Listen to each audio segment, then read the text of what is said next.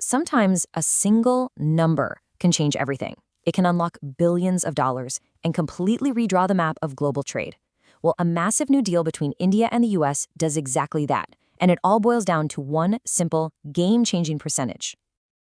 18%. Just remember that number. That's the brand new cost for a whole range of Indian goods to enter the US market.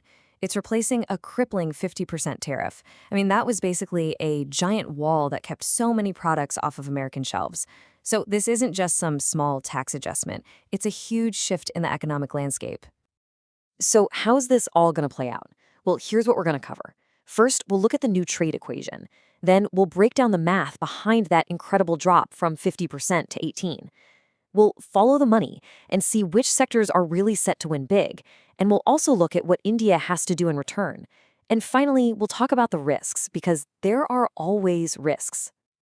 All right, let's zoom out for a second and look at the big picture. Why is this one trade deal such a huge deal? Well, think about it like this. For every $5 India makes from selling its goods around the world, one of those dollars comes directly from the United States. That's nearly 20% of its total exports. So you can see why, when the rules for that $1 change so dramatically, it sends waves across the entire Indian economy. Okay, so how on earth do you get from a 50% tariff all the way down to 18%? Let me tell you, this was not a simple negotiation.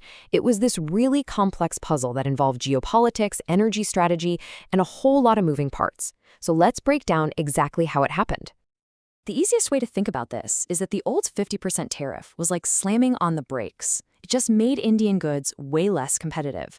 This new 18% rate, that's a green light. For an exporter in India, this means their profit margins could get a whole lot healthier, and a sudden jump in demand is now a very, very real possibility.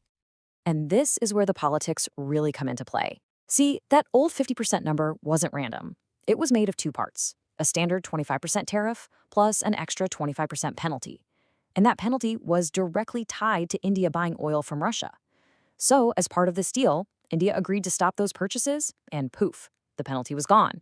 But they didn't stop there. They also cut the base tariff, and that's how we landed at this new, much leaner 18%.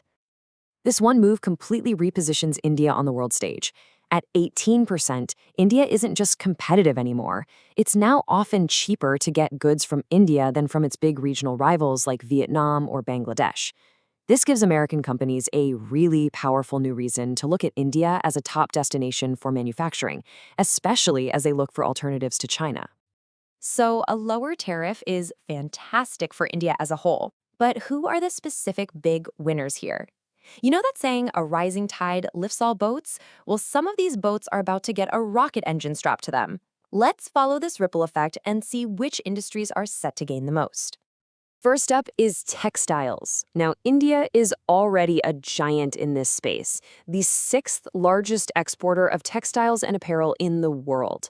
We're talking about a sector worth over $37 billion, a huge piece of India's export pie. And where does all this fabric and clothing go? Well, the US is by far the biggest customer. For basically every 3 items shipped out of India, one of them is heading to an American store. This makes the US market absolutely critical for India's textile industry.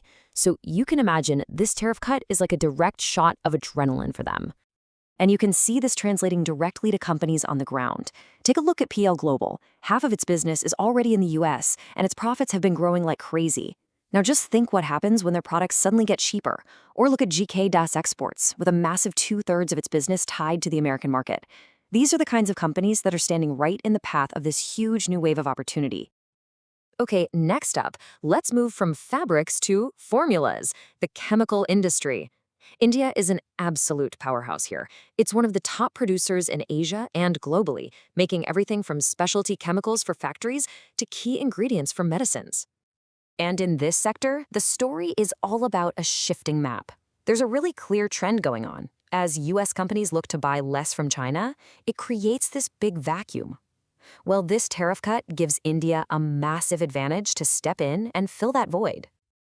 And again, let's look at who's ready to jump on this. Companies like PI Industries and Aether Industries, they already have a solid foothold in the US market. And now, they have a powerful new weapon, a better price. For them, this tariff cut is a direct path to more sales in a bigger piece of the pie. Now let's talk about what's under the hood, auto parts. That old 50% tariff was a huge headache for Indian suppliers. It squeezed their profits and could even hold up important orders. Getting rid of that is like lifting a giant weight off their shoulders, clearing the way for new contracts and better margins. And the potential here is massive. A major player like Sona BLW has almost 40% of its business tied to the U.S. Ramkrishna Forgings is another one with a strong U.S. presence and some really impressive growth. For companies like these, this deal isn't just a news headline.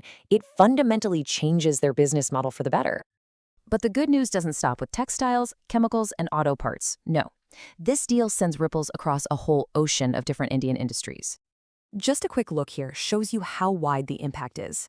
We're talking about everyday consumer goods, like rice from companies like LT Foods. We're talking seafood. The U.S. buys almost half of India's shrimp exports.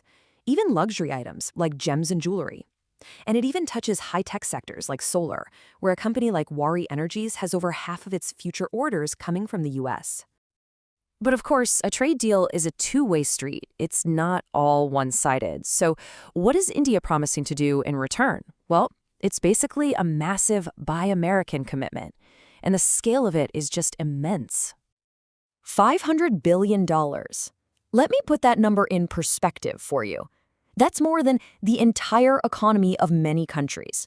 It is a huge promise from India to buy American energy, technology, and agricultural products. This is the other side of the coin, the grand bargain that makes this whole deal work. So while this all sounds incredibly positive for the future, we need to end with a really important word of caution. The road ahead might not be perfectly smooth. And that brings us to the topic of volatility. At the end of the day, trade deals are signed by politicians. And as we all know, politics can change on a dime. So while the economic reasons for this deal look really strong, things like news headlines and political shifts can cause some sharp, sudden swings in the market.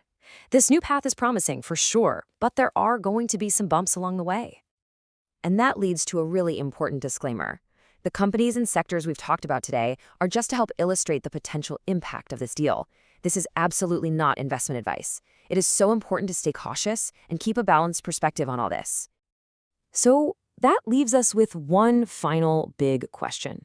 Is this landmark deal going to be a powerful new engine for growth for the Indian economy, or is it a high-stakes political gamble where the outcome is still a little uncertain? Well, the answer to that is something we're all going to watch unfold in the months and years ahead.